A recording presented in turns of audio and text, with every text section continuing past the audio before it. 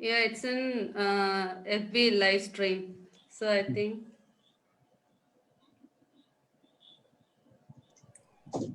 Lakshmi Amma, it's working or not? But I didn't get anything. Okay.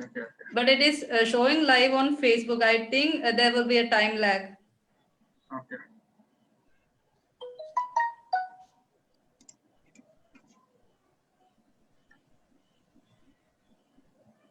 Yeah, it's working, ma'am. It's working. It's working? Okay. Yes. Let me see. So we can start, isn't it? Yes. Okay. എല്ലാവർക്കും സ്വാഗതം. Museum മൃഗശാല വകുപ്പിലെ Sree Chitra art ഗാലറിയുടെ ആഭിമുഖ്യത്തിൽ online ആയിട്ടുള്ള വെബിനാറിലേക്ക് ഏവരെയും സ്വാഗതം ചെയ്തു കൊള്ളുന്നു. അതിലേക്കായി നമുക്ക് ഒരു വിശിഷ്ടനായ ഒരു വ്യക്തിയെയാണ് നമുക്ക് ക്ലാസ് നയിക്കാനായിട്ട് കിട്ടിയിരിക്കുന്നത്. അതിലേക്ക് അദ്ദേഹത്തോടൊപ്പം നമുക്കൊരു വെർച്വൽ ടൂറിലേക്ക് പോകാവുന്നതാണ്. അതിലേക്ക് നമുക്ക് Jayakrishna virtual tour. Okay, ma'am. Okay.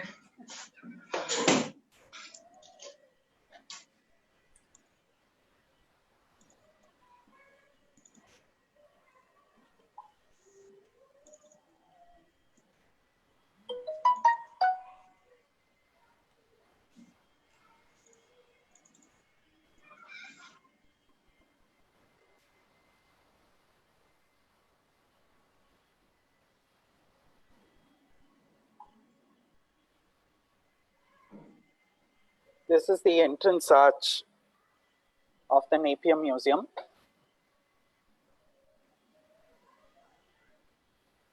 It's a large complex consisting of several buildings.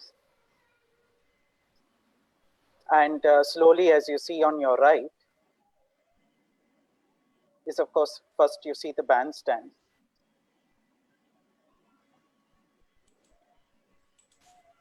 And then on the far extreme left, of course, is the Napier Museum. The Sree Chitra Art Gallery, about which we will speak, is now being shown.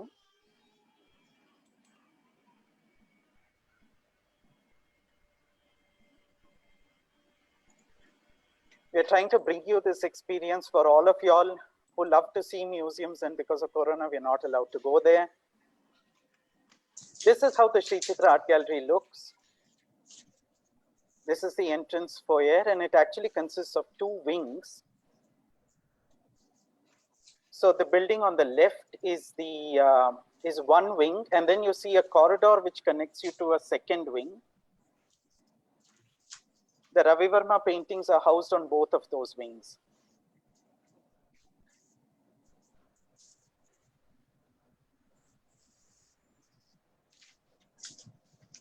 We now move into the central corridor, and the painting on the left is the Draupadi at the court of Virat.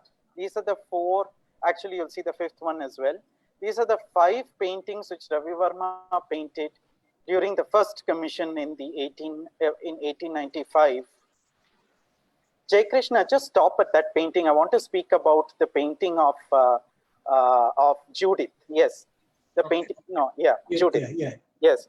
You see, this painting actually is not part of my presentation, but I thought I should make a mention about it, because this Judith painting is one of the paintings which Ravi Varma takes entirely from a different painting of Judith by Benjamin Constant. The Benjamin Constant is on display in the Maharaja Fateh Singh Museum in Baroda. Ravi Varma actually copies this entire pose. This composition is not original to Ravi Varma. He experiments on techniques when he is painting this picture. So in that sense, it's a very interesting painting because it's almost entirely a copy of Benjamin Constant. Yes, we can move around.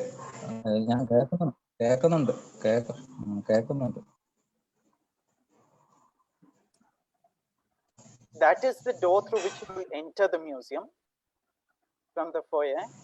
Yes.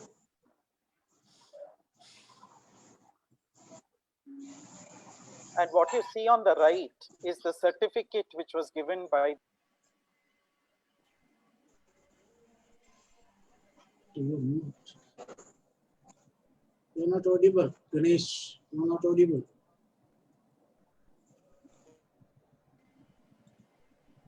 Ganesh, you are not audible. Ganesh, please. It's Now okay, am I it's okay. audible? Yeah, now, yes. Now it's Yes, okay. yes, yes.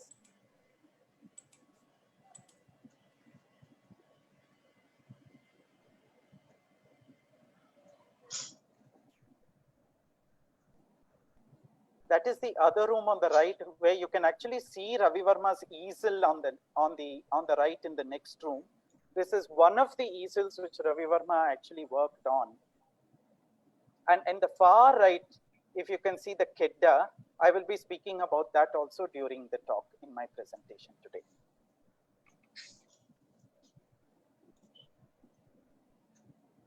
This is the other wing which we started with, and we can, hey Krishna, you can do the full. This wing in the museum houses a number of paintings by Sri Rajaraja Varma. And the painting on the right, that large imposing painting, is a Broody kitchen painted by Ravi Varma. It's a very imposing painting. In fact, it's as large as some of the other paintings of Maharajas which you will see in the museum. Yeah, you can go around.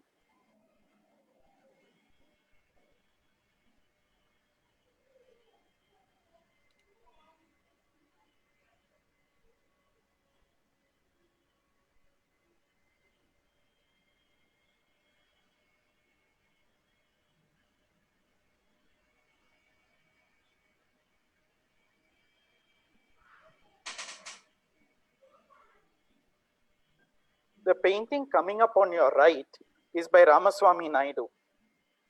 This is a painting which I will be speaking about in my lecture today.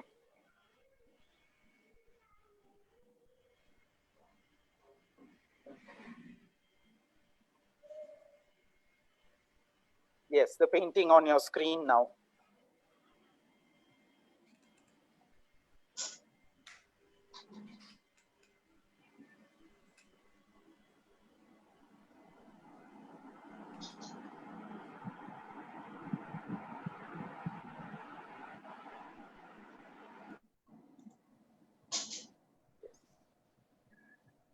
So it's finished. Yes.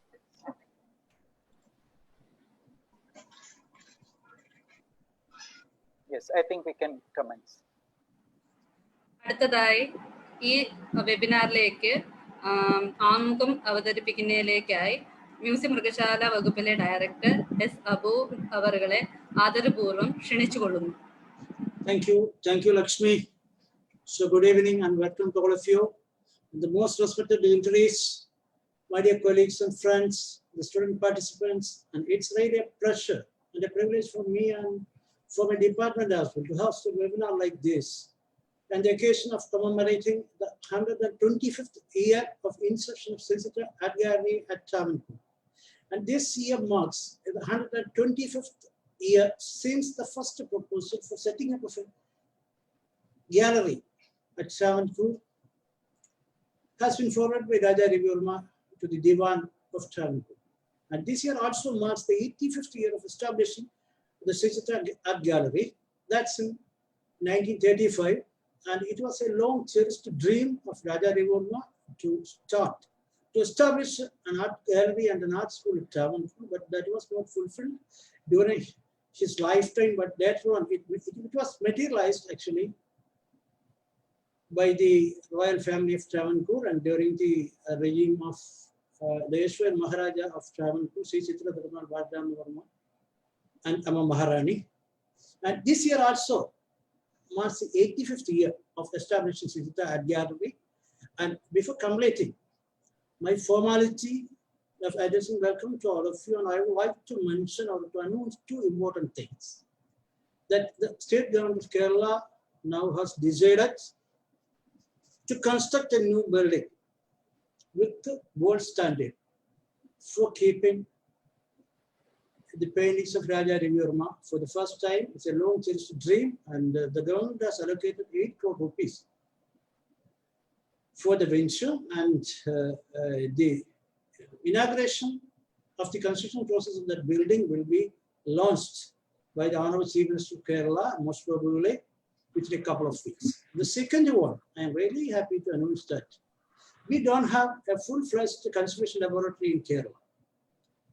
But for the restoration and conservation of these valuable 43 paintings we have of Raja Varma and 38 paintings of Raja Varma and more than 100 word sketches, they are framed and unframed, without frame, and the government has given us note to construct a full-fledged laboratory, conservation lab, especially for conserving the paintings of Raja Varma.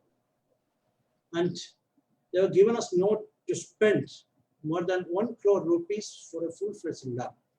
So these are two things I would like to announce. And the next two one, let me say a few words about the most beloved speaker. And let me give an introduction about him, Mr. Ganesh V Shivaswamy. But it is unfair to give an introduction to him because most of you are familiar with him. So just a few words from my part. A lawyer by profession. He's hailing from Bangalore. He's an ardent lover of Ravi Varma paintings. He's really exploring the prints of Ravi Varma, the lithographs of Ravi Varma. I think he's just like Department of Museums and Zoos, we are the custodian of largest collection of paintings of Raja Varma in the world. Like that, he is the collector and the custodian of largest number of lithographs, I think, most probably in the world, surely in India. Definitely, and he's an ardent lover of Raja Varma. He's researching on him. It is his passion. So we are really lucky to get him again as a speaker. And the last year, we had a seminar. It was really a wonderful seminar. And during the celebration, department celebration of the World Heritage Week, and the topic was Raja Varma and his print legacy, the 25th year. And it was really a marvelous one. And today I would like to welcome, cordially on behalf of the Department of Museums and Zoos, joyfully I would like to welcome my dear friend, the most beloved speaker, is Ganesh V Shivaswamy, to start to speak on the topic, the Ravi Varma, Raja Varma and museum culture. Thanks to one and all, and once again I would welcome all of you. Thank you so much. Thank you, sir. Thank you for this very generous introduction, and very appropriate that you mentioned all of the wonderful effort which is going on in relation to the museum. I look forward to seeing all of the developments as we move along. I will now share my screen, and I'm hoping all of you all can see it. Before I commence, my thanks to Mr. Apu Shivdas, the director, Manjula Harilal ma'am, the superintendent, Mrs. Vijayalakshmi Arun, Mr. Jay Krishna, and the entire Sree Chitra Art Gallery team. Welcome, ladies and gentlemen, and today we speak about Raja Ravi Varma and museum culture. Last year, I spoke extensively about Ravi Varma and his print legacy. This year, I take the narrative forward about how Ravi Varma used museums and was instrumental in either directly or indirectly setting up museums in order to democratize art. For those of you who follow me diligently, the first few slides may be a little bit of a repeat, but I do request you to bear with me because the narrative completely changes. I start my narrative as usual with Maharaja Swati Tirunal.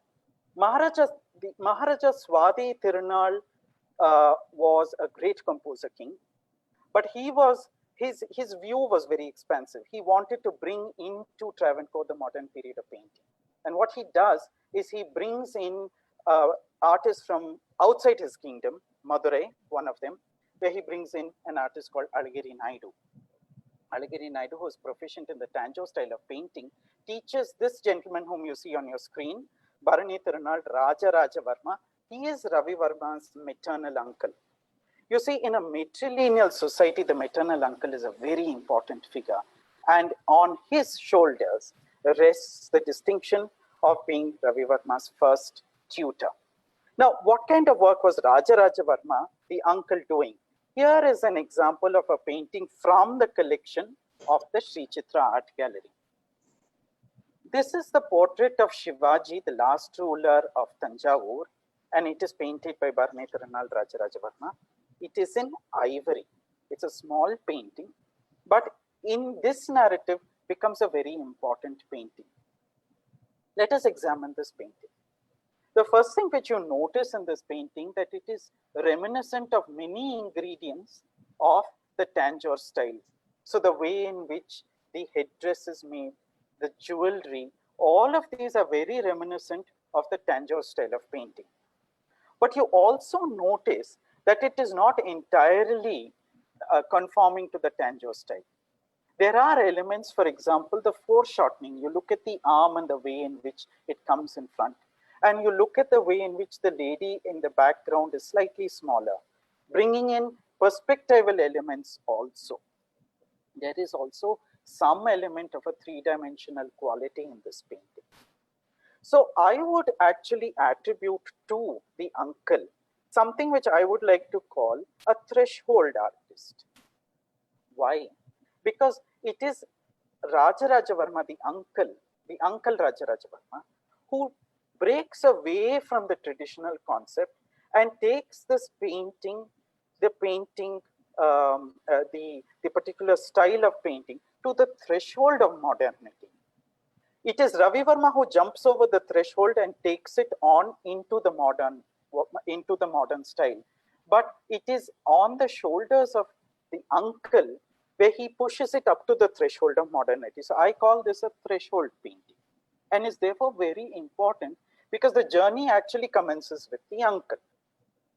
The other reason why I find this painting very interesting is because artists like Ravi Varma, his brother Rajaraja Varma, his son Rama Varma, all of these people were professional artists. But the painting which you see on your screen today is the outcome of a hobby, because the uncle painted as a pastime of an aristocrat. For all of my students who are on Zoom today, I think we should take a lesson from this particular painting. It is very important for all of us to invest our time in a hobby. Why? Because a hobby is something which will give you undiluted happiness. And it is very important because as you move on in life, you need something to fall back on. And this painting is an example of how an aristocrat painted. This painting sets into motion a completely new trend and trajectory. So from that point of view also, this painting is a very important work. What you will not see, even if you were to go to the museum, is this. This is the reverse of the painting. And if you look at it, it is written or inscribed on the reverse, saying this is from Kilimanur Bharani Tirunal, Rajaraja Varma, and that it is the painting of Shivaji, the last ruler of Travancore. So this is why this painting, the attribution to this painting is far more clear in relation to the works of the uncle. The uncle tutored Ravi Varma, and this is how Ravi Varma would have imbibed all of the traditional elements in relation to painting. But Ravi Varma's access to modern art starts with this gentleman, Ailyam Tirunal Rama Varma, the Maharaja of Travancore, who allows Ravi Varma access into his library of albums of European art. In fact, Venure goes on to say that Ravi Varma pored over albums of European art in the library of this particular Maharaja. So the first elements of European art get into Ravi Varma because of this Maharaja. The technique of painting, the modern style of painting using oils and canvases, starts a little before Kerala Varma Valliya Kolthambaran, but it is said that Kerala Varma Valliya Kolthambaran gave Ravi Varma his first box of oil colors. So now we have a new technique also, and that has been given. The oil colors are given to Ravi Varma by Kerala Varma Valliya Kolthambaran on your screen now. Now what happens? Ravi Varma works very hard, which is the second thing which we should take from his life. And that is, he is very diligent and he's very hardworking, and very quickly does he get his first commission. This is in 1870. The painting on your screen is referred to as Kilakke Palat Krishna Menon. And this is Ravi Varma's first professional commission. This year marks 150 years since Ravi Varma's professional career commenced, and it starts with this particular painting. Now look at how Ravi Varma's career exponentially takes off, because from 1870 to 1874, Ravi Varma is already exhibiting in a Madras Fine Art Exhibition. And the painting which you see on your left is possibly the one which was exhibited in the Madras Fine Art Exhibition. The painting was given to the Prince of Wales and is presently in the Royal Collection of Her Majesty Queen Elizabeth II. The reason I'm showing you this particular slide is because this is possibly the earliest painting which we can see that there is a second version of it. This demand for additional copies is what propels Ravi Varma into doing two things. One, establishment of a press in his name, and second is also the desire to make art available for all. This is 1874. In 1881, the demand for copies continues. This is a letter which I find in the Baroda State Archives, which was written by Madhav Rao to Ravi Varma, telling him he was requested by the Governor of Bombay, Sir James Ferguson, for a copy of a painting entitled The Nair Lady Tuning a Fiddle. And Madhav Rao writes to Ravi Varma by saying, I think you can hear from the secretary asking for a copy. So there are open demands for copies or new versions of Ravi Varma's works. Now this Nair Lady Tuning a Fiddle, I was able to actually find two images. Unfortunately, I don't know from which collection. Both of these are sourced from public domain. So whoever's holding these pictures, I'm sure you'll be happy that I found a letter which corresponds to your collection. This demand for copies does continue. Here are three pictures of Shakuntala Patralekhan, which you can see are almost very similar. So it's not just the happy pictures which Ravi Varma, they're asking for copies. There are also sad pictures where Ravi Varma is asked to paint copies. So across the board, there is a demand, repeated demand for copies and newer versions of Ravi Varma's works. This leads to a suggestion. Madhav Rao tells Ravi Varma, look, in order to make your art accessible to a larger group of people, you need to send your works to Europe to have them oleographed. And he says that it will extend your reputation and it will be doing a great service to the country. This great service to the country is something very important as an advice to an artist. Why? Because Madhav Rao tells Ravi Varma, look, I think it is high time for you to look at a larger audience. Move away or move from a patron to the public. Move from a cult into a culture. Look at the larger space. Look at the larger audience. Look at the larger spectator group. And this manifests itself in two ways. One, of course, is the press, which I will very briefly look into, and then I am coming straight into the museums. You see, when Ravi Varma was painting a series of paintings for the Maharaja Saiji Rao Gaikwad, the Maharaja of Baroda, this is one of the paintings which is sent over there. It moves from Kilimanur. It is first exhibited in Trivandrum to great acclaim, and thereafter it is exhibited in Bombay. This is one in the series. When it goes to Bombay, it is so well regarded that there is an open demand in the newspaper. And if you can see that October 15th, 1890, there is a suggestion in the newspaper and it says, Mr. Ravi Varma Kol Tambaran has drawn certain highly admirable pictures which are intended to adorn the palace of His Highness the Maharaja Gaikwad of Baroda. It would be very useful if the learned artist would have these pictures photographed and sold at a moderate price so that they may be within the reach of all. Again here, please look at what they are asking Ravi Varma to do. They are asking Ravi Varma to look at the broader picture. They're saying, instead of just the patron, why don't you think about the general public as well? Ravi Varma takes the suggestion to heart, and this is one of the people, Dadabhai Naroji, who tells Ravi Varma, I think you should start the press. Now, interestingly, what happens is that Ravi Varma does not start the press on his own. It doesn't belong to him. He entrusts this to his brother, Rajaraja Varma. Now, Rajaraja Varma gets going.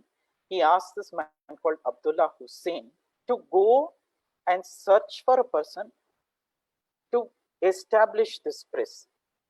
And this is the agreement. And if you look very closely, it says this agreement is made on 16th day of May, 1893, between Abdullah Hussain, an agent for Raja Rajavarma residing at Travancore. This is the earliest available document in relation to the establishment of the press. And if you look on top, you have Fritz Leischer, who's the German technician, who later on goes on to own the press. Raja Rajavarma is the owner of the Ravi Varma press. And the Ravi Varma press goes on to make a huge impact on our culture. The first print which is issued by the press is this one, The Birth of Shakuntala. The image on your left is the painting, and the image on your right is a later version of the first chromolithograph. The first chromolithograph was issued on July 12, 1894. The next series which goes up is the Lakshmi and Saraswati. Now, this Lakshmi and Saraswati, I have a little advertisement in the center of your screen. And if you read carefully, the Birth of Shakuntala is priced at 6 rupees. That is the picture which you saw on the previous screen, the previous slide. The second and third pictures were Lakshmi and Saraswati, and the prints were priced at 2 rupees each. This was issued in September of 1894. Now, these two prints go on to completely alter our sensibilities in relation to religious aesthetics. Because now today, if any one of us thinks of a Lakshmi or a Saraswati, we only think of these two pictures. That is how influential both of these pictures are. And they were launched in September of 1894, just over 125 years ago. In 1895, the press issued both of these pictures. The one which you see on the left is Damayanti, and the picture which you see on your right is Radha. Now, how do we know that they are from 1895? Is because at the bottom of the print, it says published in 1895. Now, in 1894, as I said, Ravi Varma's press had begun. Rajaraja Varma owns the press. It starts in the name of Ravi Varma. In 1895, about 5 chromolithographs have already been issued. Now, at this juncture, in 1895, Ravi Varma starts a second trajectory. What he does is he writes a letter. He writes a letter on 31st of August, 1895, and he writes it to the gentleman which you see on your screen, Shunga Subraya Ravargal. Shunga Subraya Ravargal, at that point of time, was the Diwan of Travancore. And Ravi Varma writes to him by saying, I had already had conversations with Mr. Grieg, the resident. Unfortunately, he passed away. And I think it is high time that we establish an art gallery in Trivandrum. Ravi Varma makes out a case like a lawyer. He says, look, there are very many art galleries in Europe. He also says the Gaikwad of Baroda also has a fabulous collection. All over the world, people are now talking about art galleries, and it's very, very important to us. Ravi Varma especially quotes a writer, and I think that is the finest quote which is applicable to this lecture. He says, a great writer says wherever the arts are cultivated with success, they almost imperceptibly educate the general taste and make politeness of mind keep pace with the refinement of manners. I thought that's a very fine quote, and therefore I extracted it. 31st July 1895 is the day on which we announced that today's talk would take place. And I'm indeed indebted to the Sree Chitra Art Gallery for conducting this talk 125 years from the date on which the first initiative, written initiative, was taken by Ravi Varma. What happened after 1895? Well, you see, for about a year, this is one of the letters which I'm showing you today. It takes about a year, Ravi Varma writes, and then in 1896, Ravi Varma proposes 4 pictures. I think there's some disturbance. Yeah. Ravi Varma proposes 4 pictures for the gallery. Can you? One second, I will take her, sir. One second. Excuse me. Hey, who is making disturbance? Jayakrishan? Yes, right now I'll check. Yes. Ravi Varma proposes that proposes 4 pictures for the picture gallery. The first is the brave Kusumavati. The second picture is Draupadi at the court of Virata. The third is Damayanti and the Hamsa or swan. And the fourth is Shakuntala assailed by a wasp, calls to the king for help. For the king to help her. Now, out of these 4 pictures, interestingly, I've been able to trace the first 3. Second and third, of course, are in the gallery. The first painting has now also been traced. So we definitely know the brave Kusumavati was also painted.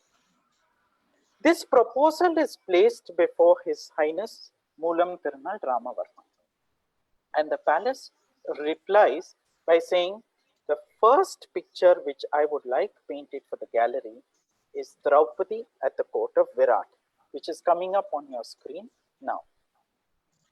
This is the first painting which is officially commissioned for the establishment of the art gallery, Draupadi at the court of Virat. This is painted and completed in 1897. Now, it gives me great delight because I've always been very interested to see how Ravi Varma builds up a painting. So, I'm going to show you the sketch which Ravi Varma has made for the Draupadi as she is lying down. This is the sketch of Draupadi, and it's from the collection of the DAG. And you can see that Ravi Varma blocks in the particular pose of Draupadi. I am just going to go back just to show you how accurate the final one also turns out. This is the Draupadi which is finally painted, and this is how Ravi Varma envisages the pose in the beginning itself. So if you notice, the drama is quite evident in the sketch itself. The next series of paintings which Ravi Varma is asked to paint is Draupadi and the Enchantress Simhika, which is on the left of your screen, and Shakuntala, which is on the right of your screen.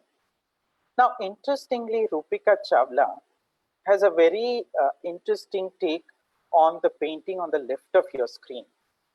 If you look at the Enchantress Simhika, she's actually an Asura, and her face is very manly. It's not according to Rupika Chawla, it is not occasioned due to any retouching or anything. She says that this series of paintings, which were first commissioned for the art gallery, were actually themes which were all taken from Kathakali.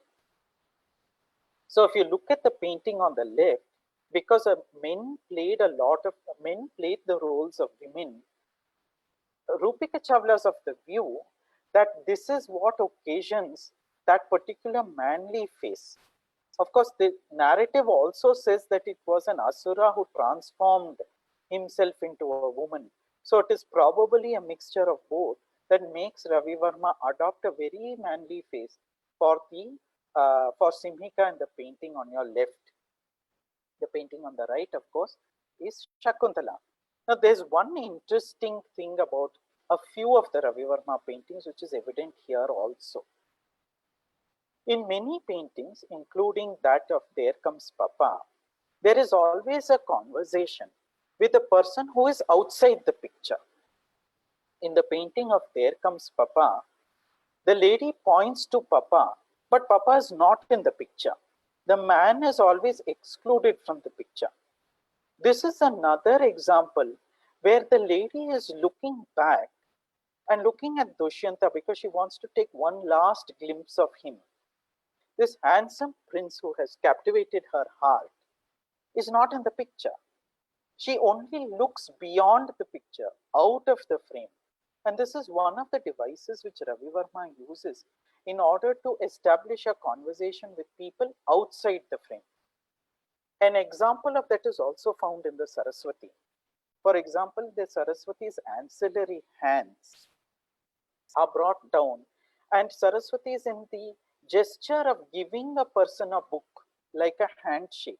It's a sort of a gesture to a person, again, outside the painting, namely the devotee or the viewer of that particular picture.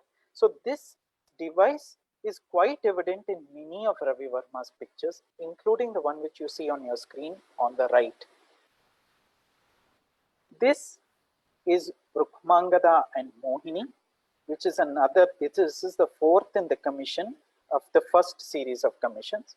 And then the last one painted is Damayanti in the Hamsam or Swan.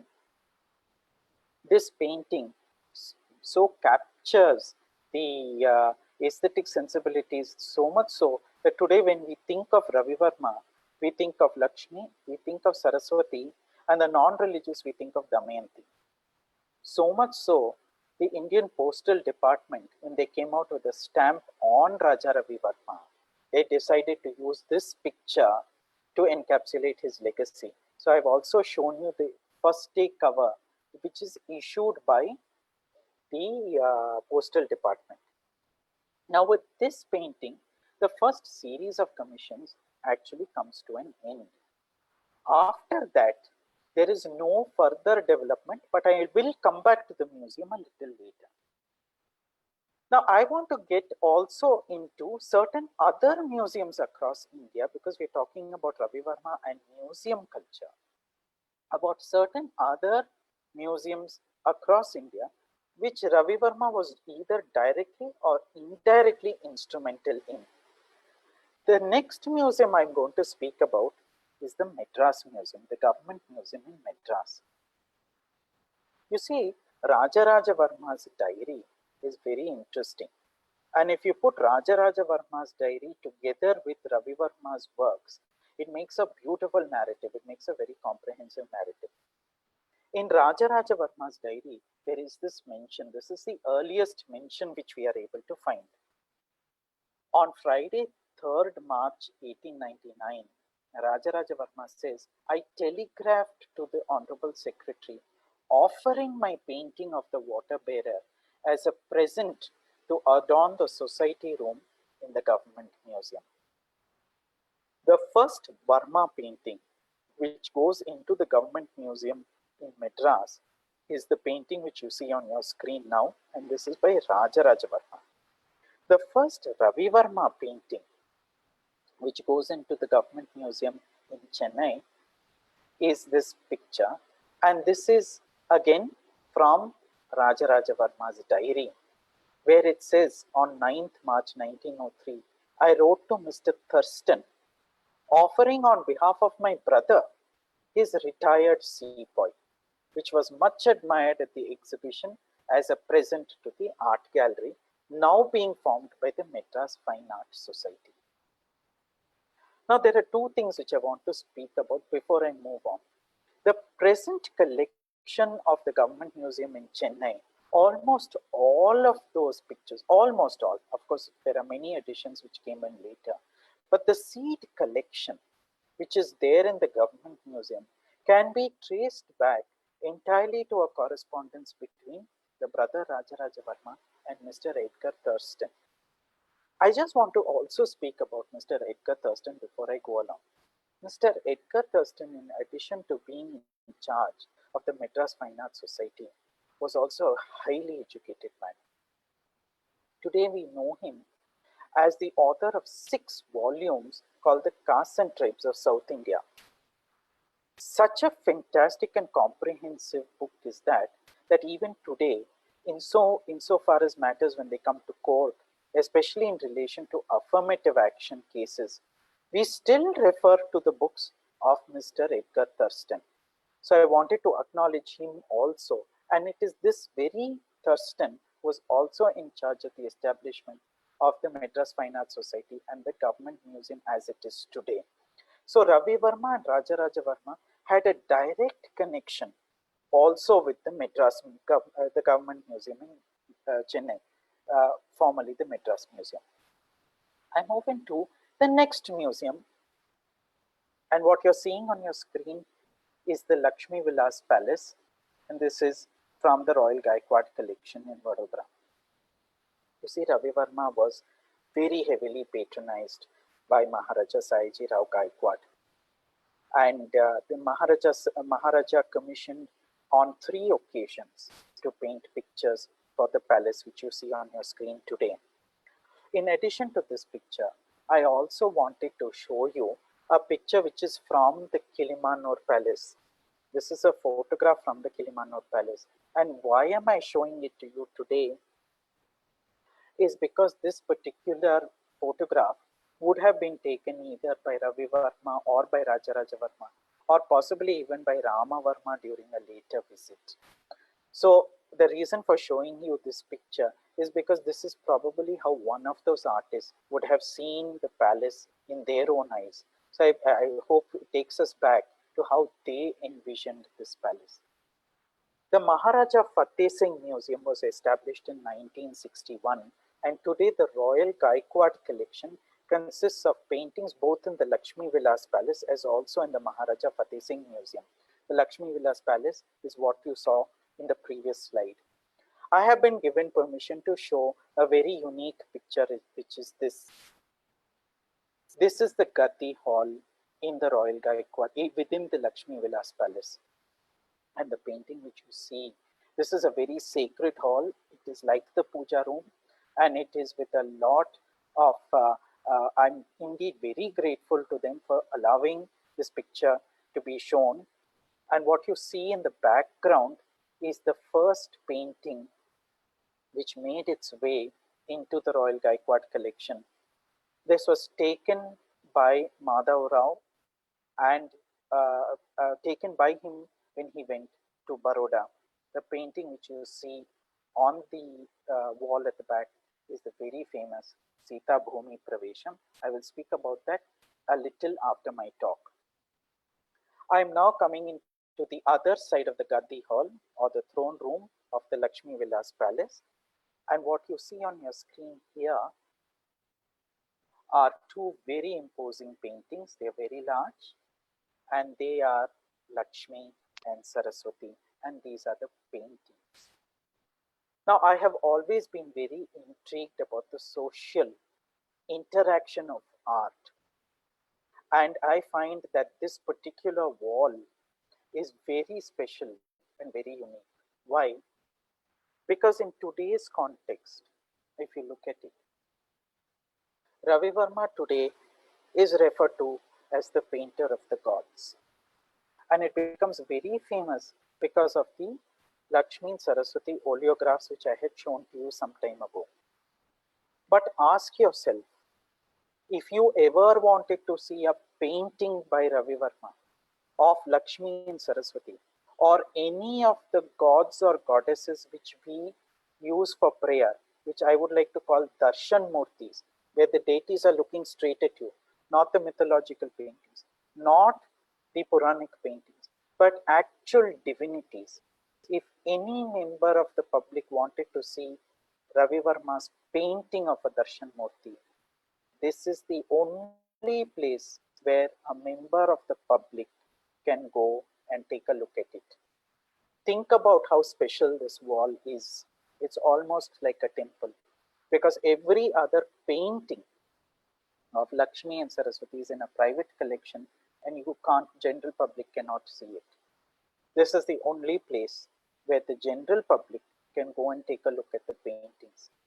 This also requires me to acknowledge the value which the present Gaikwad family holds in relation to art for all and religion for all. They hold on to that core value, they respect it, and they abide by it, which is why I would like to acknowledge them in this lecture by saying this is the only place where you can see a Ravi Varma painting of a Darshan Murti. I move on to now Mysore. Mysore, the painting which you see on your screen now, is by Ravi Varma, and this is the Dasara Darbar of Krishnaraja Vodayar IV. I think this would have been painted from life. It is a beautiful watercolor. Ravi Varma's association with the Maharajas of Mysore started with Chamaraja Vodayar X and then moved on to the present Maharaja which you see on your screen now. In 1906, 1904 to 1906, Ravi Varma was given a very impressive commission to paint a series of paintings for this particular space on your screen now. This is the public Darbar Hall of the Mysore Palace. We call it the Sejja. It's like a terrace. And Ravi Varma's paintings, which he painted between 1905 and 1906, were originally placed in the alcoves which you see on your far right. You can't see the wall, but this is where Ravi Varma's paintings were originally placed. And the paintings are very impressive and beautiful. But what happened to them? Well, you see, very interestingly, later on, there was a pontiff, a very respected pontiff called Siddhalinga Swami, Shilpi Siddhalinga Swami. He came along and then he said, you see, these are paintings which are all very cruel, and in a sense, they are not very pleasant pictures. Jatayu being slain, you see Sairendri crying and coming down the steps carrying liquid honey. You see Bhishma giving up his throne, giving up his prospects of progeny.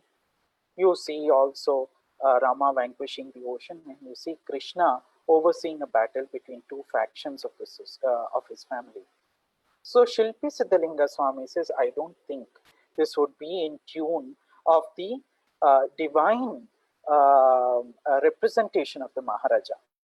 So I think these pictures should be removed. You see, all of these narratives are important to see how museums get established. So all the pictures get removed except Rama breaking the bow, which I think was considered to be pious enough to remain over there. And what pictures replaced them? Well, the pictures which replaced those particular alcoves were paintings by Siddhalinga Swami himself. I'm going to show you one picture of Siddhalinga Swami, and that is the one you see on your screen. This is Kailash Shankar, and this is a chromolithograph from the Ravi Varma press from a painting by Siddhalinga Swami. This is the kind of paintings which you will now see there. Interestingly, if you look at this picture and you look at the arch on top, it is very similar to the arches which are on the Sejja. I'm actually going to go back a slide and come back again just for you to see how similar the design element is. You look at this and you look at the arches on the right, and then you come back here and again you see almost identical arches. Now, I have to thank Siddhalinga Swami for what he did, because it is because these paintings got removed here that they all moved to the Jagan Mohan Palace where it is now. You see, the Jagan Mohan Palace, the building was constructed in 1891, and it was constituted as an art museum as early as in 1915 by Maharaja Krishnaraja Vodayar IV. But the museum as you see it today was started by Jayachamaraja Vodayar, who executed a trust on 18th of April 1955, opening all of these pictures to the public. After that, the Ravi Varmas go there. So this is how the Jagan Mohan Palace or the Jayachamarajendra's Art Gallery came to be constituted as early, officially, as early as in 1955. This is the other museum which Ravi Varma was, of course, indirectly associated with, but the family, of course, was associated directly with the artist himself. I move into the next museum. This is the Sri Bhavani Museum and Library in Avund. You see, there was a prince, Bala Sahib Pratinidhi of Avund.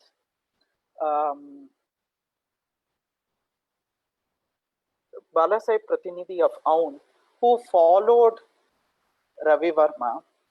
Jai Krishna, I think you should just see what is being done to the screen.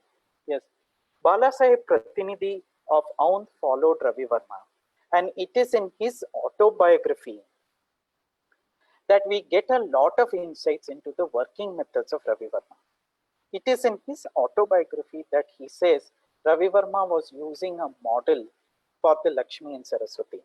And it was further Bala Sahib who also tells us that this picture which you see on your screen, Ravi Varma used a pigment called rose madder to get the flush of her cheeks and the red of her eyes.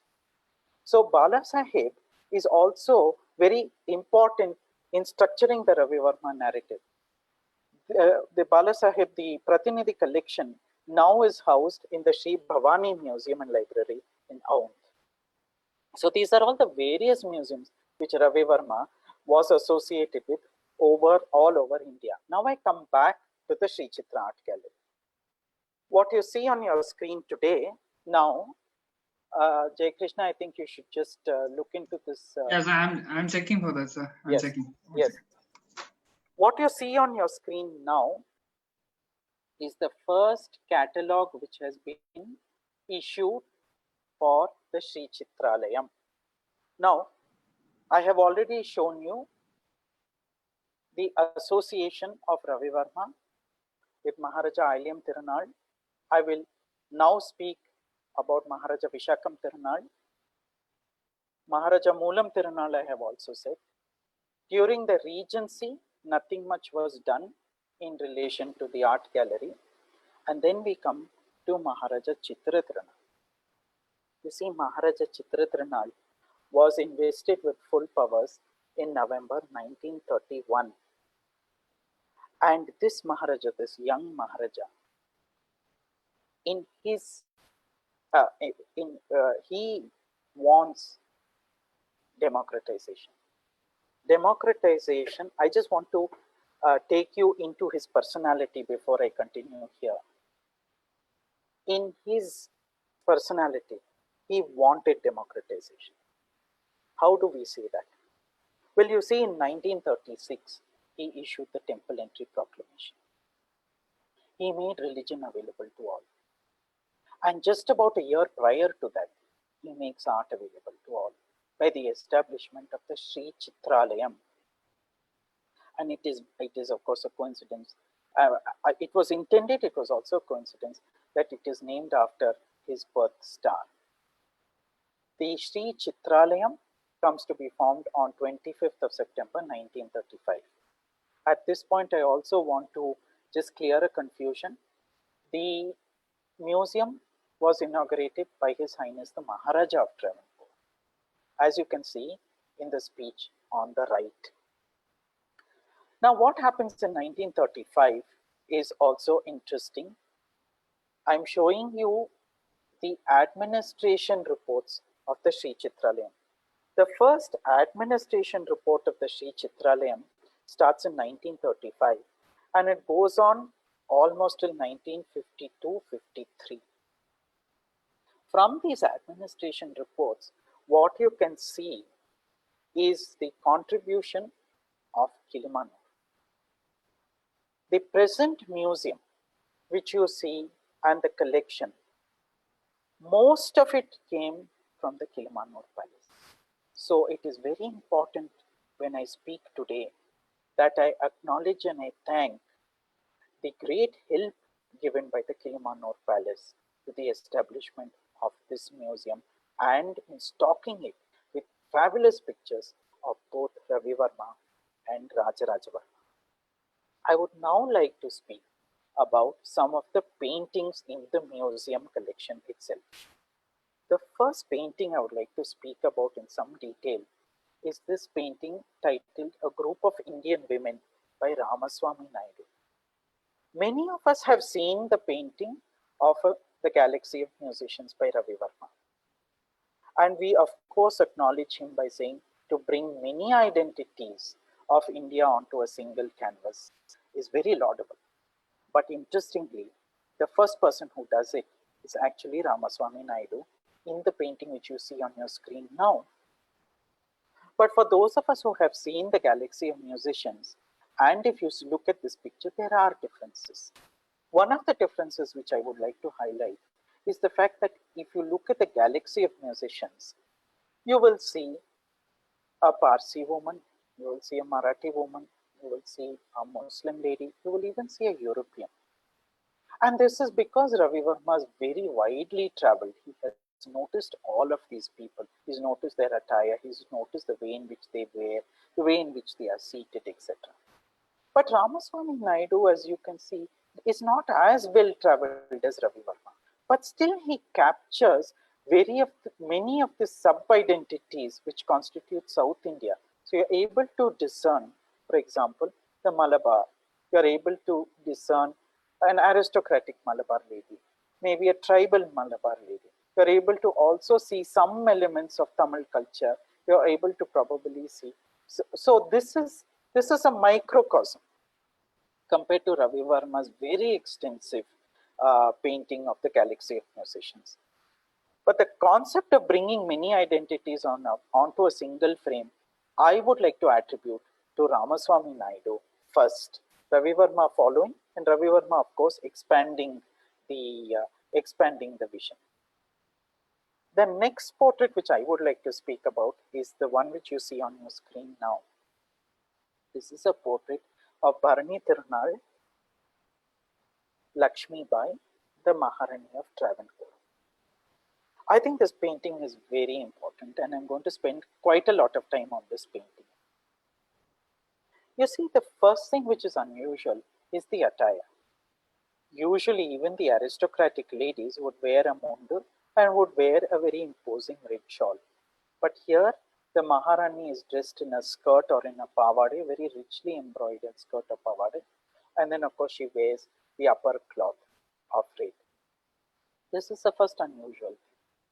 The second unusual thing is that I think this painting changes a bit of the historical narrative in relation to the relationship between Ravi Varma and Maharaja Vishakam Tirunal. All the earlier biographers are of the opinion that when Maharaja Vishakam Tirunal came into power in 1880, a little after that, there was some sort of altercation between the artist and Maharaja Vishakam Tirunal. The biographers go on to say that Maharaja Vishakam Tirunal was very angry with the artist, and it was for this reason that the artist left to Baroda.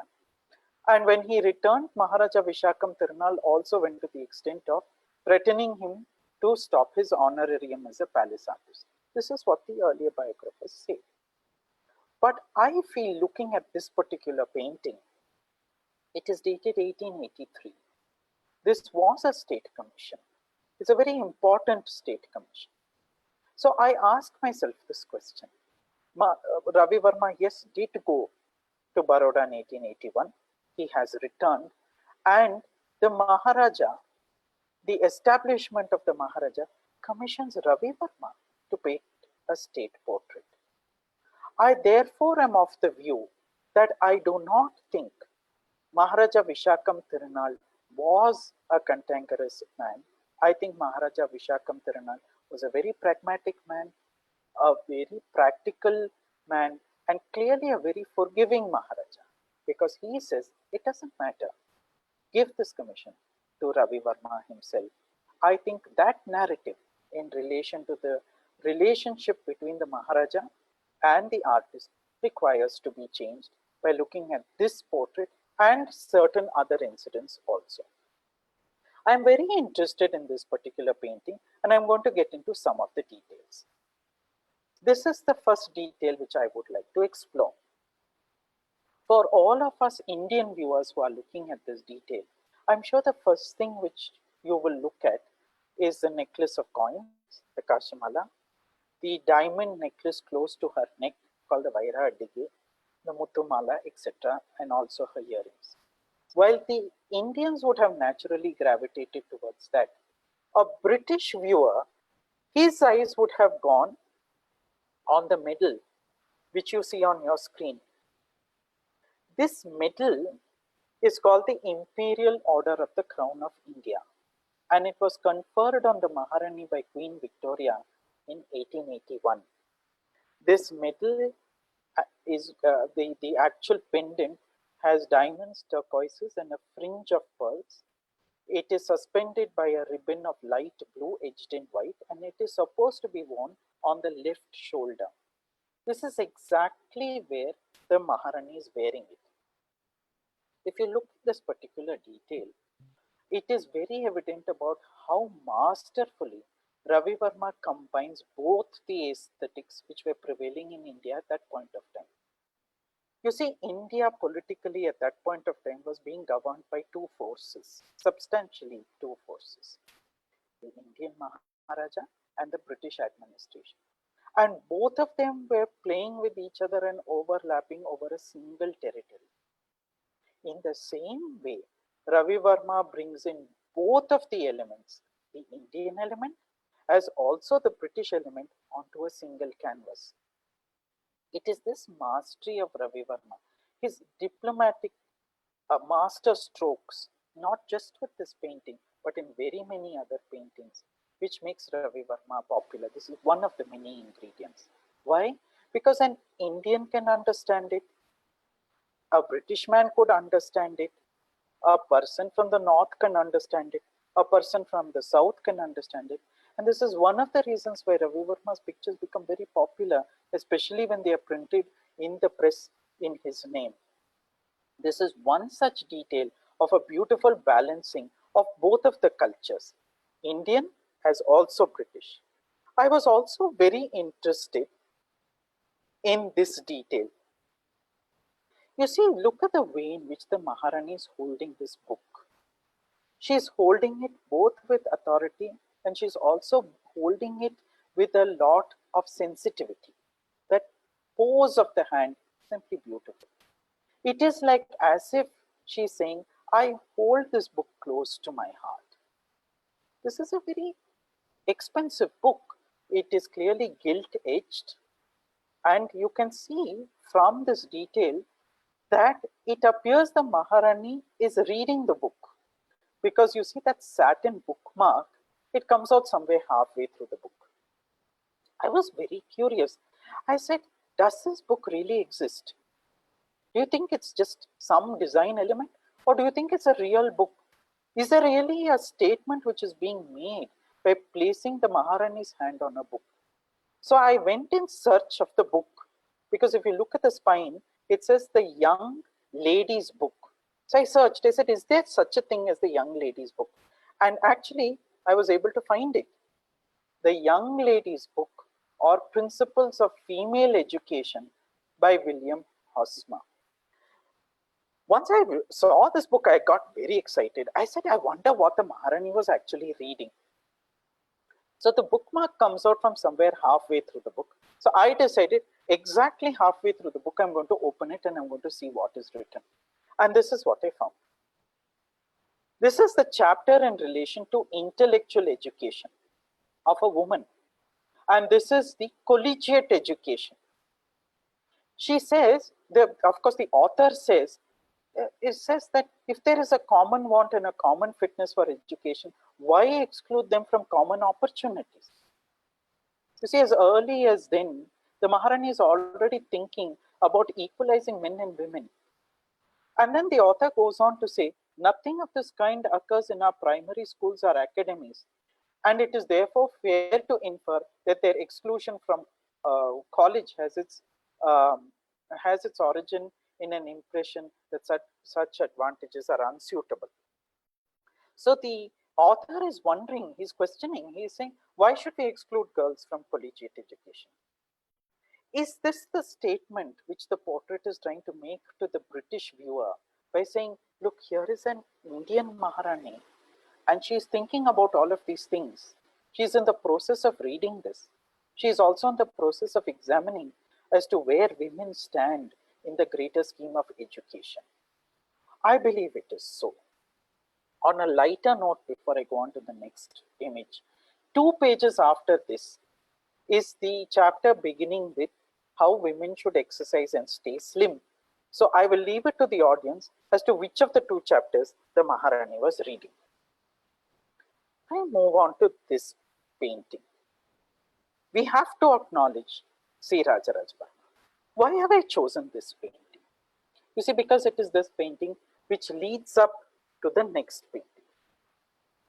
You see, what happened was somewhere in about 1894, this painting of course is 1898, but somewhere in about 1894, 1895, Sree Rajaraja Varma, Ravi Varma, and Prince Martanda Varma, affectionately called B.A. Prince, they went on a tour of Upper India. And then they go to Bombay, and they go to the Apollo Bandar, and they are called on board this ocean liner, this P&O ocean liner called the SS Caledonia. Rajaraja Varma is so impressed with this ship that he observes in his travelogue called the Narrative of the Tour of Upper India. He says, everything was so neat and clean. And then he goes on to say, some of us, and I'm quoting, open inverted commas, some of us entertained thoughts not very kind or charitable of Manu, close inverted commas. He's referring to the lawmakers. Why? Because it was Manu, etc., who said you cannot cross the oceans, the black waters. And this clearly infuriated the artist, because about a year prior to that visit, this painting was sent to Chicago.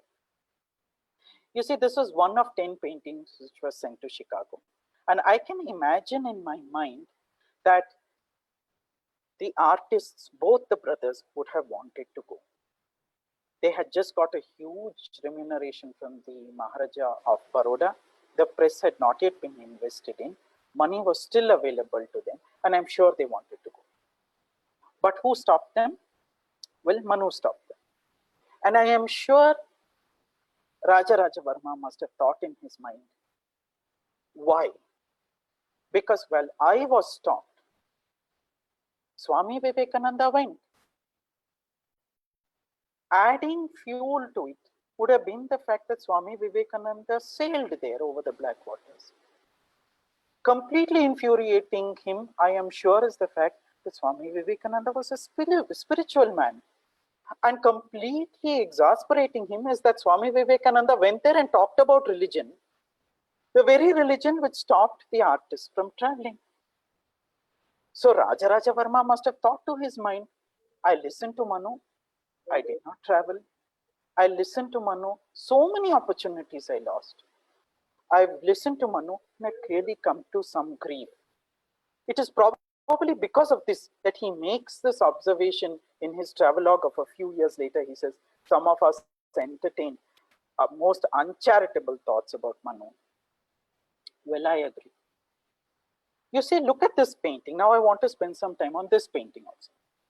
This painting goes by very many names, one of which is the Gypsies of South India, and the other name for it is poverty. You see, poverty is an extreme social situation. So can we, let us try and explore the various narratives which you find in this particular painting. The lady is of tribal origin, and let us assume she represents poverty. She is sitting on a platform of marble with a backdrop of very expensive marble, which we can assume represents the rich.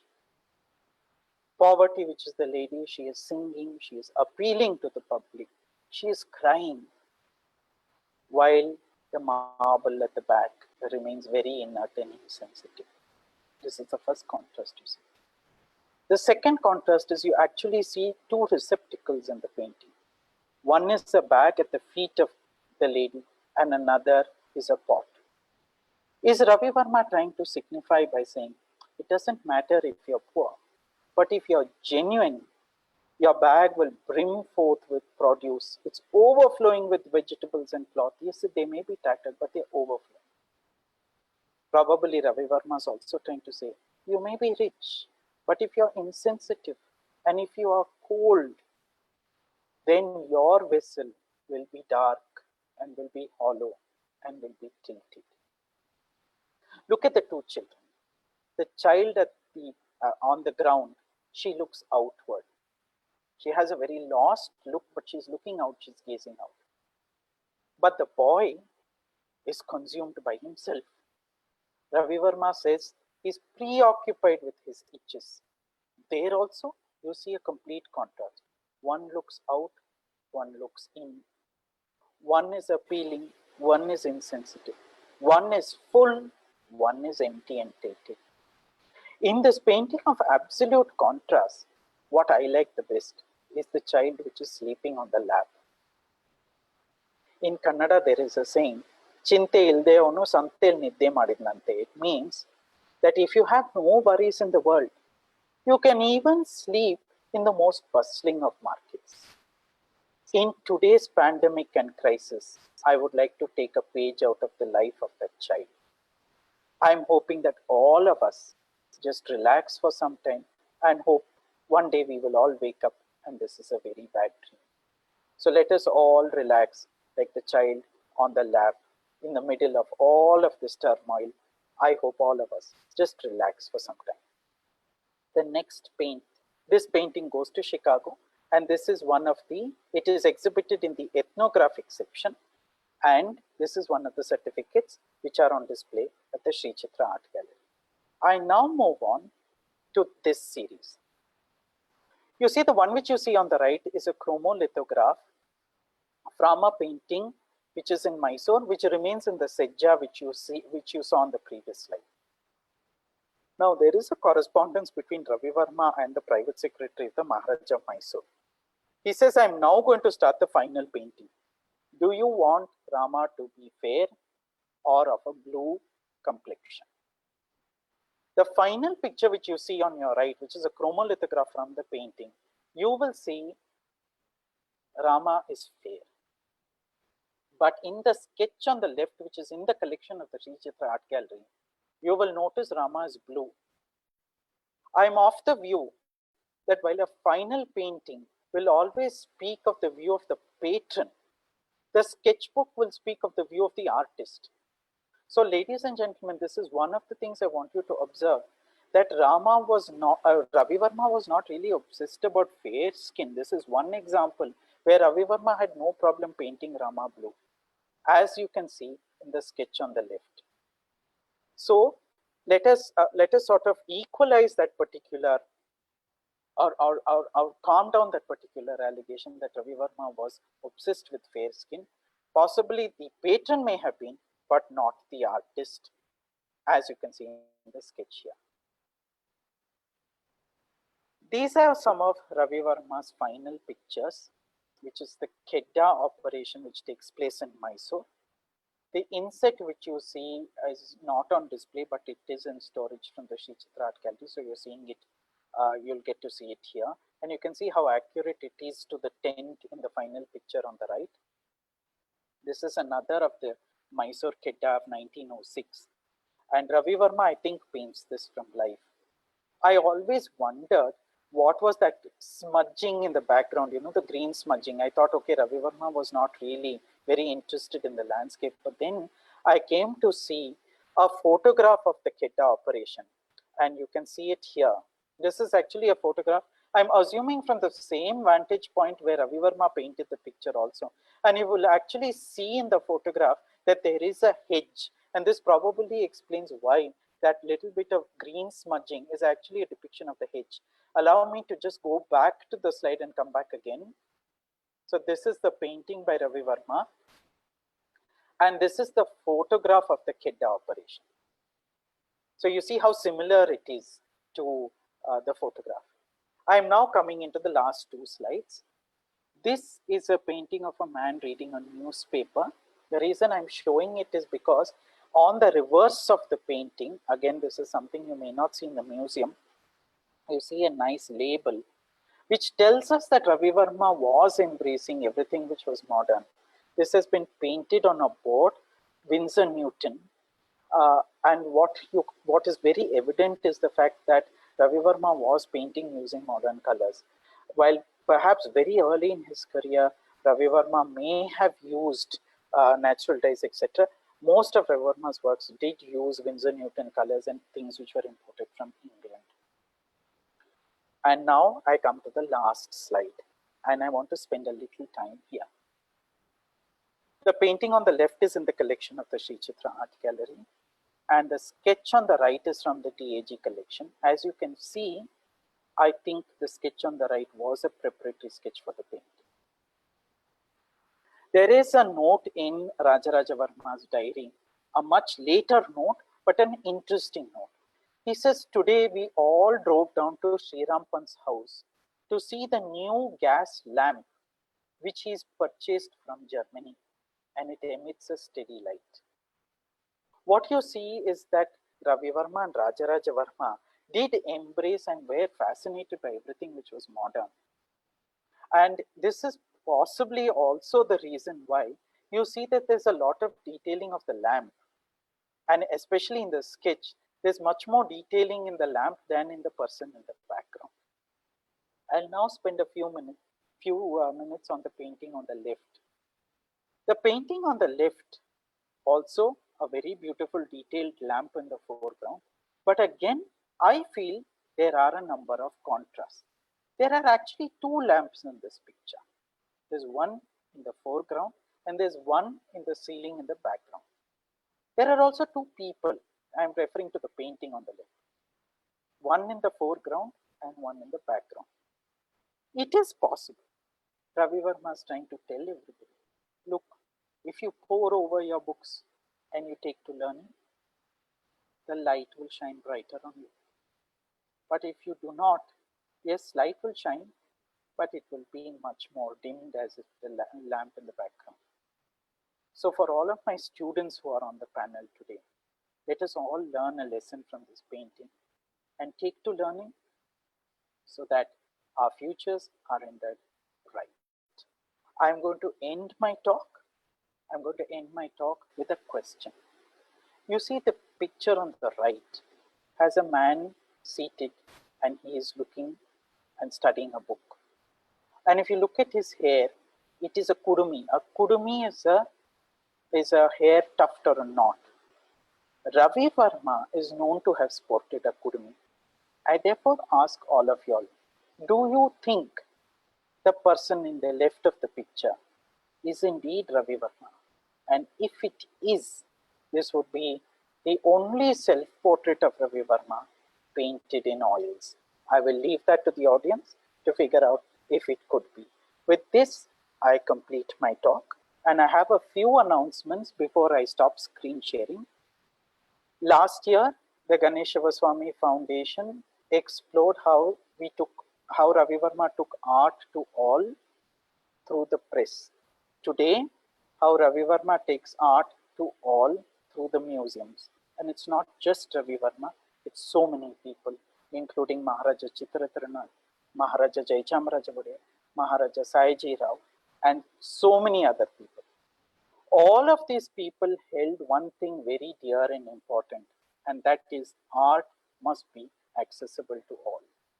Following in this ideology, I would like to announce that on December 13th, the Ganesh V Shivaswamy Foundation is going to have a talk by Siddhant Shah as to how we can make art accessible to the blind, in a talk saying making art accessible, visual art for the visually impaired. And what you see on the right is an experiment using a Ravi Varma Kadambari to try and take art even to the blind. 13th December 2020, please mark your dates. And with that, I will stop screen sharing and I thank you. Now, ladies and gentlemen, we also have one more announcement before we go into Q&A.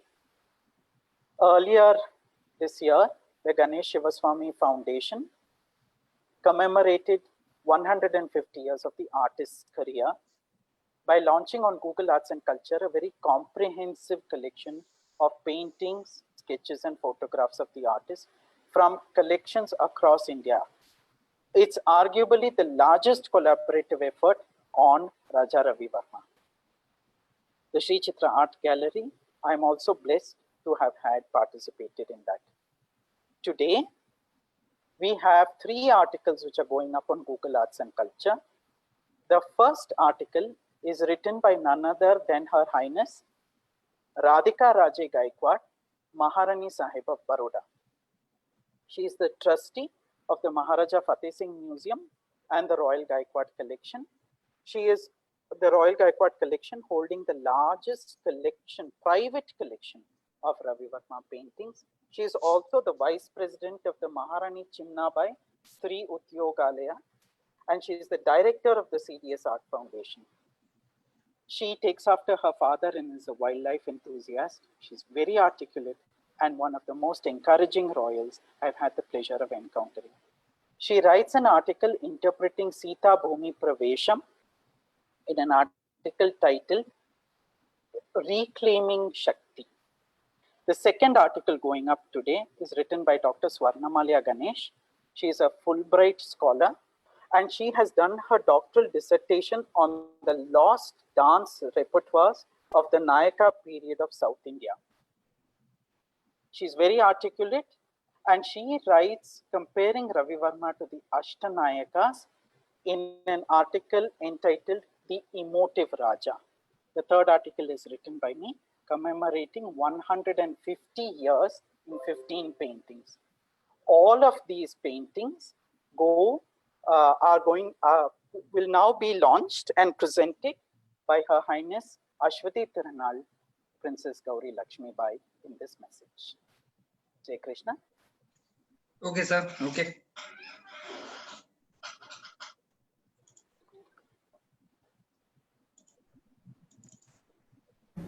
Namaskaram. Today is a very special day when 3 distinguished writers are bringing out their works for public consumption. I deem it a privilege that I am called to release a work written by none other than Maharani Sahiba of Baroda. It's an article and it is titled Reclaiming Shakti. Her Highness Radhika Raje needs no further introduction from me to an audience of this type. The second article is authored by Dr. Swarnamalya Ganesh. It is a very interesting article which compares the Ashtanayakas with the works of Raja Ravi Varma in an article entitled The Emotive Raja. Ganesh Shivaswamy, the dynamic author of many works, has written an article commemorating 150 years of the artist's career, of Raja Ravi Varma's career, through 15 important paintings. All these works are very relevant in the art scenario, not just of Bharat, but of the world as well. About 125 years ago, Raja Ravi Varma of Kilimanur expressed a desire that an art gallery should be put up in Thiruvananthapuram, capital of the erstwhile royal state of Travancore. Somehow or other, it did not materialize. I suppose everything has a time and place. And in 1935, the Sree Chitra Art Gallery came to life. during the reign of Maharaja Chitra Rama Varma, my uncle. I have the privilege of being his niece. Raja Ravi Varma, incidentally, was Chitradatnal's mother, Maharani Setu Parvati Bai.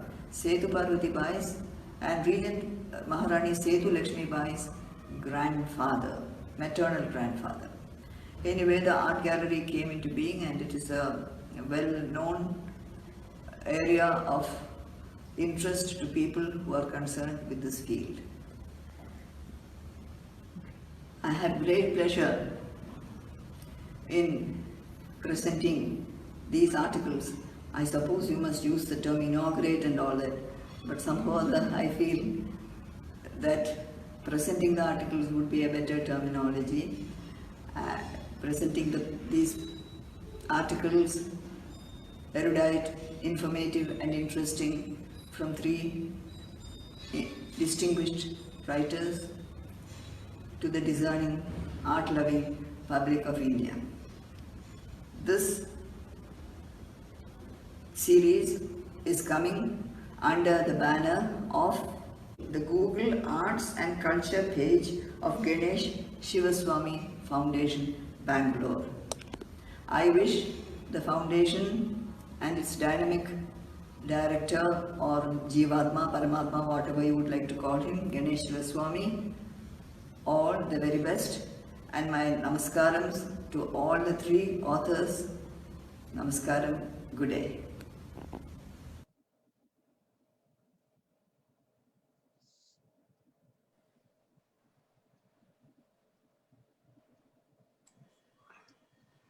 Yes, I think we can begin with Q&A. Yes, there is questions in the chat box. The first question is, sir, do you think children and common people are influenced with the Ravi Varma paintings? Common people, certainly, for sure, especially in view of the very many lithographs which were issued through the press. The common people were influenced through in many ways. One, of course, religion, because it was the prince which took religion into everybody's home. Secondly, socially, see, for instance, a number of the lithographs have also engaged in litigations, etc. So we definitely know a lot of people were very highly influenced by the chromolithographs. It completely changed our sense of aesthetics also, because you do notice that drama, comic culture, all of these were influenced by the works of Ravi Varma, and also through the press. Yes, most definitely so.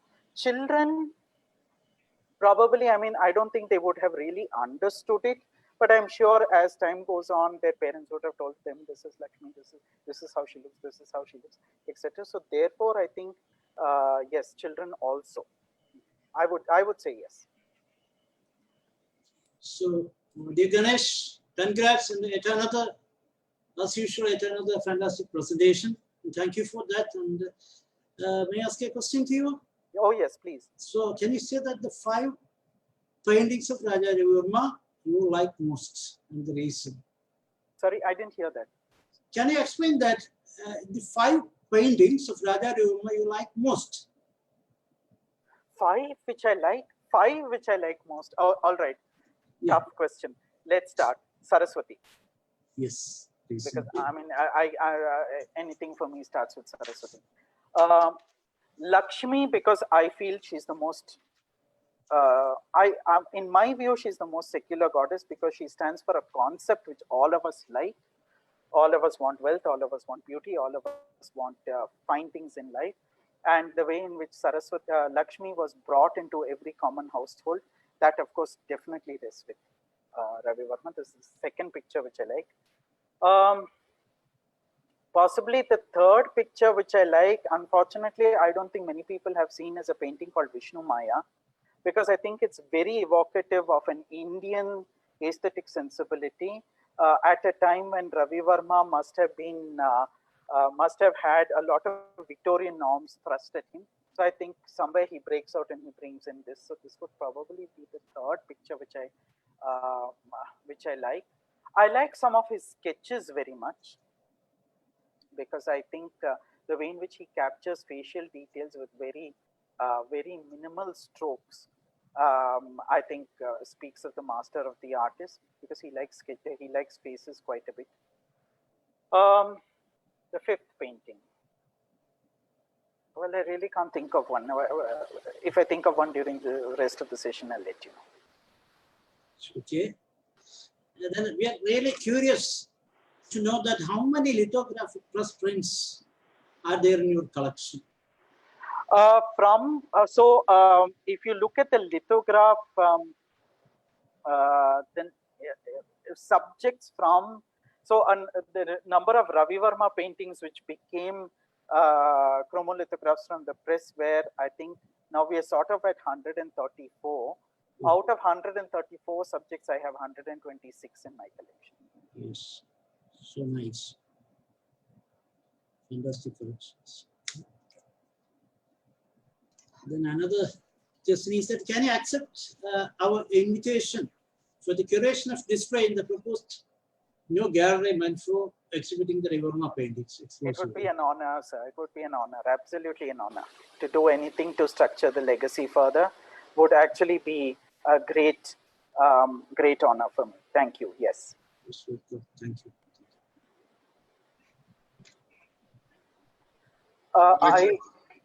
I see a question saying, can we think Ravi Varma's paintings as international, and why?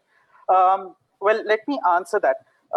Can we think of Ravi Varma's paintings as international? In the sense that if you look beyond India, I would say yes, because there are a number of Western elements which are found in Ravi Varma's works.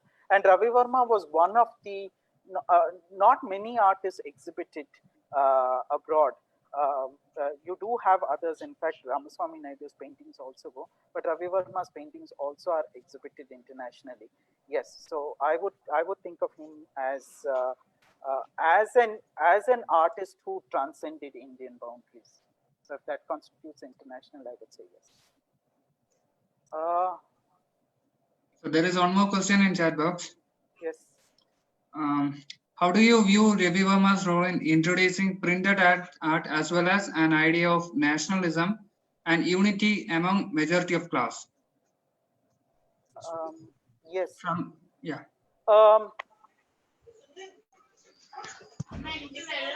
Ravi Varma's press is another entity in which Ravi Varma commenced being involved in, and then of course the press takes a life of its own. So did the Ravi Varma press introduce printed art? Ravi Varma press was not the first one to do it. There were very many presses which started before. The earliest lithographic press in India can be traced back to 1822, the Bombay Lithographic Company. The Calcutta Art Studio, 1850, the Chitrashala Press in 1870s, the Chitra Priya Prakash Press also, of which we don't know much. Ravi Varma's Fine Art Lithographic Press is 1894. But what sets Ravi Varma, the prints from the Ravi Varma press apart from the rest of them, is the fact that the images from the Ravi Varma press were very acceptable and they became very, very popular. Why? Possibly of very many reasons. One of which I do get into, where I say that Ravi Varma found a way in which he would be appealing to very many people, the British, the Indian, the South Indian, the North Indian. He found a way in which he made his pictures very appealing to everybody. So this printed art has a huge influence on nationalism and unity. Well, he adopted certain techniques which we today can take as unifying across India, one of which is the adoption of the sari. Rupika Chawla is of the view that the sari which the Lakshmi wore was a common sari worn across India. So in that way, nationalism in the sense of bringing a common identity across India, you can trace to some of the elements in Ravi Varma's works. And yes, majority of class, meaning especially from a religious point of view, Ravi Varma's pictures transcended all boundaries and all classes, all castes.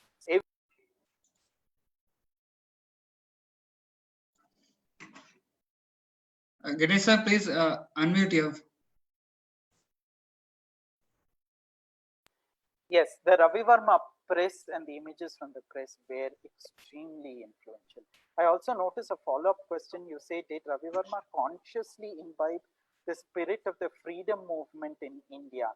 Is there any document he has written that specify his mindset to Indian reform and freedom struggles? No. In the archives which I have encountered so far, all of them being official archives, there is no mention, an open mention of Ravi Varma participating in any freedom movement. You must also keep one thing in mind. Ravi Varma was a great diplomat. He was a great diplomat. He knew how to manage, and it's a skill. It's a very, very important skill which very many of us don't have. Ravi Varma knew clearly well as to how he could not only pacify the Indian Maharaja as also the British. So he was a diplomat, and I don't think he would have openly confronted anybody. And there's no written reference of it. We have another question in the FB Live. That is from Aniruddha Haldipurkar. Somehow I feel that the painting student or man at study is a sort of self-portrait of the artist. Any comments on that? Well, I think so too, Aniruddha. I feel it is, but I've left it to all of y'all to look into, because if indeed it is a self-portrait, it is indeed a great revelation. And it would be uniquely his only self-portrait in oils. And since it's in the Sree Chitra Art Gallery, the next time it opens, I think all of y'all should go and see. Also, there. Okay, Jai Krishna, you go on. Okay, there's some question from Haripriya. Can you tell us about Raja Ravi Varma painting related to Ramayana? Ravi Varma painted very many paintings relating to Ravi Varma from the lithographs printed at the press. I think I was able to count about 21 chromolithographs, but there are actually very many more paintings which were not converted into lithographs. One interesting thing about Ravi Varma and Ramayana is I think he followed Valmiki more than he followed anybody else. The reason I say that is because there are a number of details which are found in Valmiki over the other versions of the Ramayana. For instance, in Ahalya Indravalokan, you see Indra arriving on the scene in a horse, a white horse, which I thought was a European element. But if you read Valmiki Ramayana a little carefully, it says Indra also had a Vahan called the Uchchai Shravas, which is described as a white horse. So Ravi Varma would have used Valmiki Ramayana in many of his works. Okay. Another question from the Facebook Live is from PS Priya.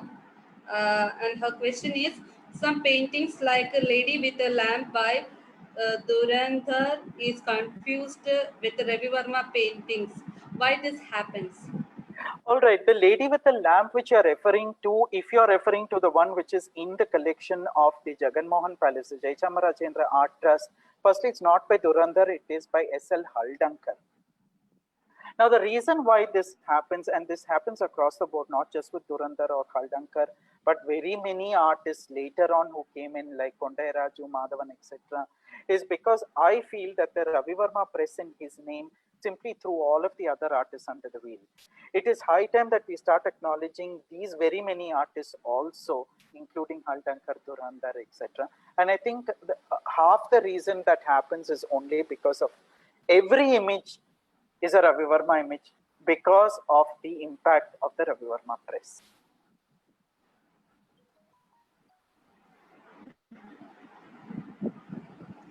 Sir, one more question from Roshni Maria.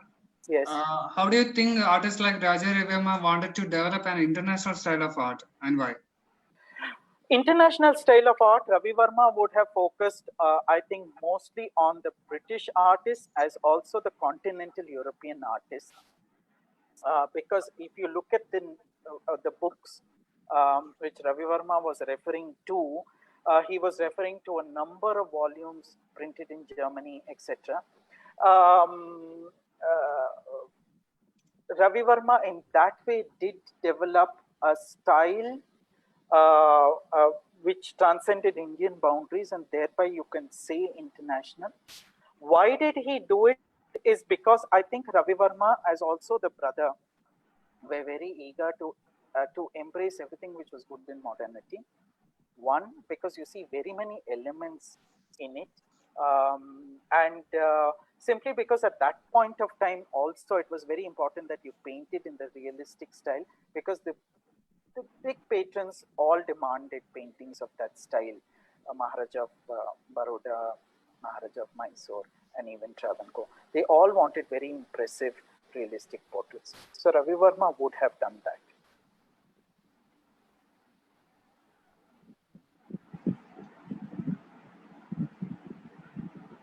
So there is also another question from Vikram Shankar. Ganeshji, could you give some light about the Indulekha painting of Raja Ravi Varma? Was it a series? Indulekha, I don't think. I've not encountered a name called Indulekha. Perhaps it goes by a different name. So if the gentleman is able to give me a different name, I've not encountered Indulekha. Not in the prints also. Next question from Vaishak AS. Why is there an decline in Ravi Varma's style of art soon after his brother and son? What do you see the elements that played for such a decline? One, of course, is by that time India was reinventing itself. We wanted something which was not at all British or European. We wanted something which was truly Indian. And so the Bengal school, Ravi Varma had passed away and there was no great voice at that point of time. So the Bengal school started coming out with works of their own, which are beautiful in their own respect. I have, but what they did was they started saying, look, academic art. In fact, there's even a reference by saying, especially later when it comes to Amar Chitra Katha, they say, we do not like to show people with muscles. It must be sublime. Indian art is sublime. And that is why if you notice that even when it comes to Bharat Mata, it is Abhinandannath Tagore's very sublime work, which now we would call Bharat Mata. So I think India was shifting and Ravi Varma got consigned into the background. Okay, our Vikram Shankar has come back. It is a painting that he did about the Indulekha. It is a painting that he did on the novel Indulekha, the first novel in Malayalam, 1889. Also, apparently the painting was made in 1890. I would love to see an image of it. Please do share it with me.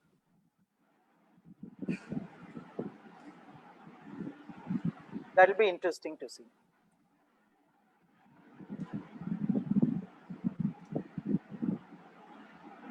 Yes, I see him saying, I will, sir. Thank you. Vikram Shankar, please do share it. I would like to look at it. Okay. Sir, another from Anil Kumar TV. Sir, as you are very much associated with the department, what more can be done by the museum department to familiarize the paintings with the children of the country and the state in particular? You see, taking art to children is a different technique to taking art to the adults. It's a very it requires a different skill set. So clearly the department, I see this happening in European museums, etc. I definitely do see that a different sort of teaching takes place. Recently there was an interaction. I had a child who came into my house, and the child first gravitated towards the deer in Shakuntala Patralekha. And then afterwards said, for instance, it's asymmetrical. So these are very childlike qualities, which I think adults slowly we start looking at the faces and expressions. But children's views are very different, and that requires a different skill set, a different set of teachers, which of course, not just the department, but I think all across India we should do. Okay. Now, our Vaishak sir has come with a question for you. How do you view Ravi Varma's role in introducing printed art as well as an idea of nationalism and Ma'am, unity? I it has think been already I, answered. I Already, will Sorry, already sir. answered. Yes, Sorry, yes. sorry, sorry. Okay. Uh, okay.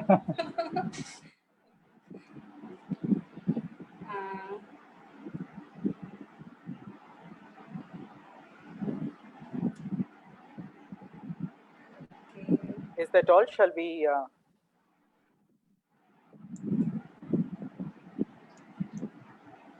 Any more questions? Is from the FB Live, one question from Aniruddha Haldi Porkar. Nothing is much known about Ravi Varma's son Rama Varma. We would like to know how legacy was carried forward after the demise of Ravi Varma. Rama Varma did paint. Rama Varma did paint. In fact, there are references to Rama Varma writing letters to the Maharaja of Mysore. And interestingly, the Maharaja of Baroda also did call Rama Varma later on to retouch some of the paintings of Ravi Varma. I believe this must have been in 1913. And it is probably because of Rama Varma that I'm of the view the North Indian background gets added to Sita Bhumi Pravesham. So Rama Varma did carry on the tradition. Some of his very impressive paintings are found, and many of them are resonate Ravi Varma's. Many of them are actually copies also. Yes, Rama Varma did continue the tradition.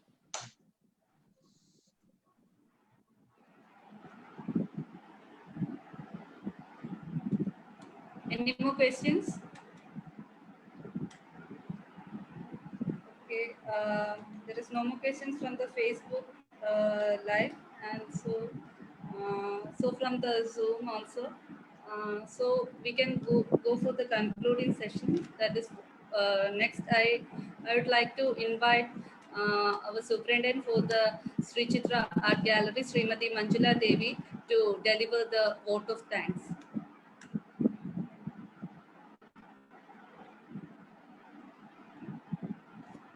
Ma'am, I think I can't hear you. You're not audible, ma'am. She's not audible. She's not audible.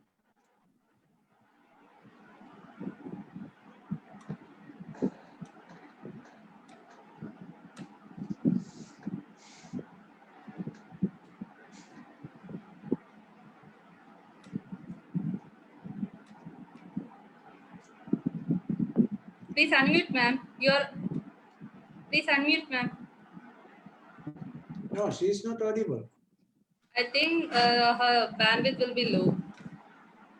I'm unmute ആണ്. She's unmute, but I'm not hearing her. Okay. Then you can do it if it is not possible. Okay. On the behalf of the Museums and Zoo Department, I first of all extend my sincere thanks to my friend and the great eminent speaker Sree Ganesh V Shivaswamy to present such wonderful talk. And next, I would like to thank our director, who is very much. What should I say? He always stands front for any education. This purpose. Last year, he for the Heritage Week, he set a talk for the those who are associated with the art field, and this year he organized a webinar in the week of the COVID. And next, I would thank Manjula Madam to coordinate this event wonderfully. And next, I would like to thank Vaishak sir, because he is the main person for coordinating so much student participants for this event. And I think it would really make a movement from the for the inculcating a good research career in the youth. And I thank Lekha Rani Madam and also Tushar sir from the Government and, College for Arts, Nedumangad, for ensuring the participants from these esteemed institutions. I thank my colleague Jay Krishnan, who stood always with me and supported all. I thank our princess uh, uh, for coming in a pre-recorded session also in this webinar. Um, okay, I'm concluding and I'm requesting everybody to switch on the videos and we can take screenshots. Okay. Listen, and a heartfelt thanks to Ganesh Shivaswamy. Thank you. He don't forget. Thank you. In fact, I also want to thank the Renaissance Bangalore, which is a brand of the Marriott Hotel, for making this facility available for me today. Thank you to them also. And thank you to the entire Sree Chitra Art Gallery team for inviting me today. Thank you. Bye. Sir, madam, on the parayo. Please എല്ലാവരും ഒന്ന് videos ഒന്ന് switch on ചെയ്യണേ, എന്നാലേ നമുക്ക് screenshot എടുക്കാൻ വേണ്ടിയാണ് ഫോട്ടോസിന്റെ.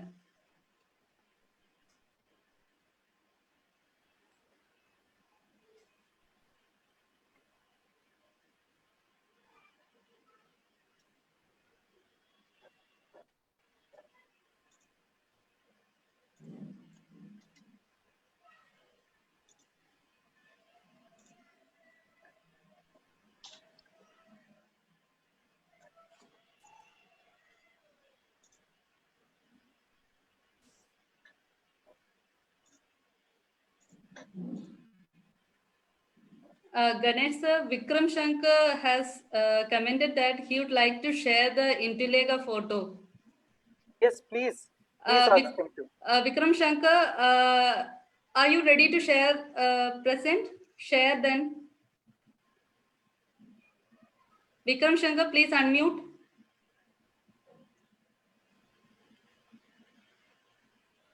I'm trying, unable to share. Then you show on this.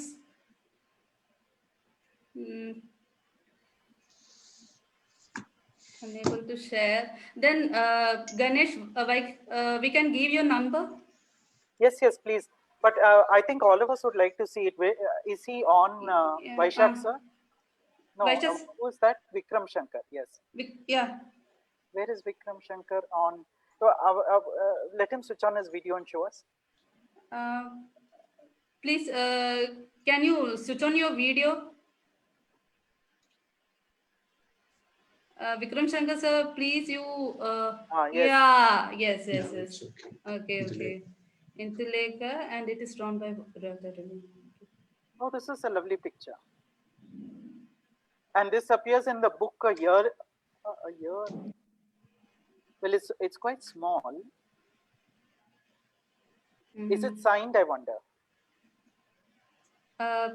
Vikram Shankar, please, you could unmute and no, it is not signed. Are you sure that it was drawn by Ravi Varma?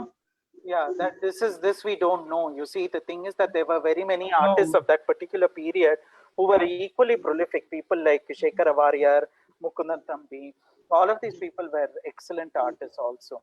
So just by looking at such a small thing, it's difficult to see.